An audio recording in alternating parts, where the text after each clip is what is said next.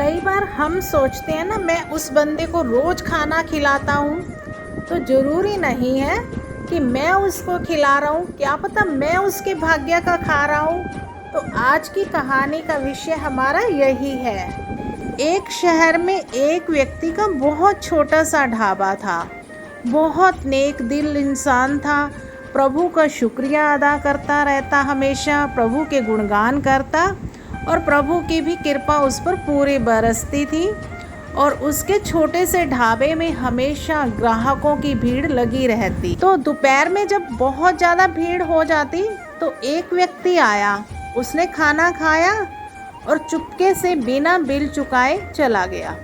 फिर दूसरे दिन भी ऐसा हुआ, वही व्यक्ति आया, खाना खाया और बिना बिल चुकाए चला गया। तो जो उसको सर्व कर रहा था उसने एक दिन देखा, फिर दूसरे दिन देखा, फिर तीसरे दिन भी उसने ऐसे किया।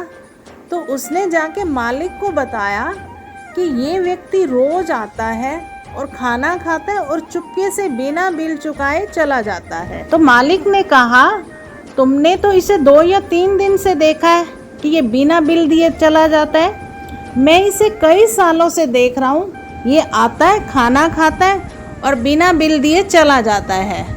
तो उसने कहा, तो आप इसे कहते क्यों नहीं हो अपने खाने का बिल देकर जाए। तो मालिक ने कहा, तुमने एक चीज़ ध्यान से देखी है, ये हमारे ढाबे पर तभी आता है जब बहुत भीड़ होती है। ये जो भीड़ होती है ये इसी की वजह से होती है। तो उसने पूछा, ऐसे कैसे हो सकता है, जो व्यक्ति आपका घाटा कर रहा है उसकी वजह से भीड़ कैसे हो सकती है।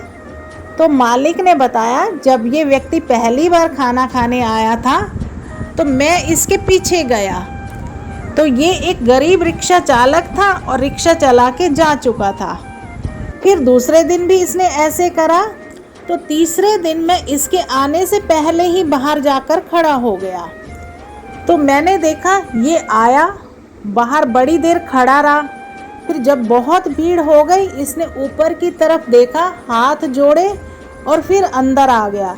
तो शायद उसने यही प्रार्थना करी थी कि बहुत ज़्यादा भीड़ हो इस ढाबे में और मैं अंदर जाऊं, चुपके से खाना खा के आऊं।